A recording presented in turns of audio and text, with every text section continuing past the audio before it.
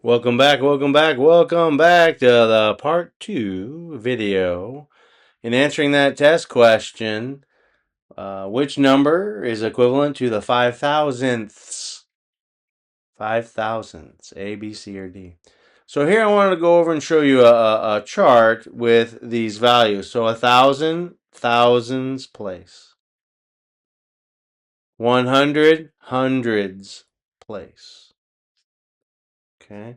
Next we have tens place. Again, if I'm going too fast, please stop, pause, rewind the video. Here you can see ones place, right? Ones, tens, hundreds, DS. Okay. Now we're going to get into the decimal values below, and I want you to see the difference between these here. 1/10ths, right? 0.1 tenths, or 1 over 10. This also is 1/10.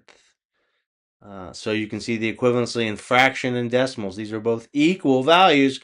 They're just written. One's written in decimal form, the other's written in fractional form. So hopefully this is helping you out in understanding. 1/100ths, so 0.01 hundredths, or 1 over 100. These, again, are equal values to each other. One's a fraction, one's a decimal. Thousandths. So 0.001 thousandths place, or 1 over 1,000.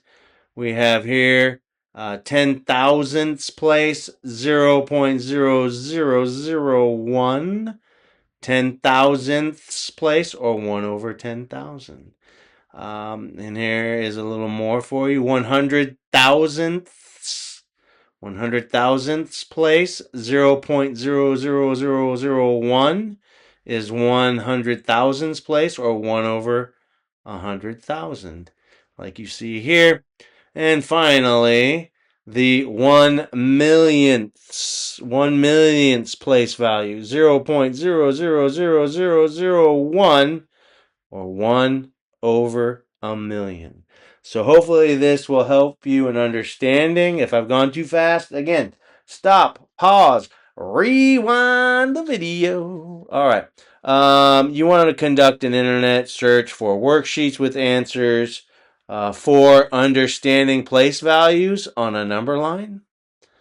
Understanding place values on a number line to the right of the decimal.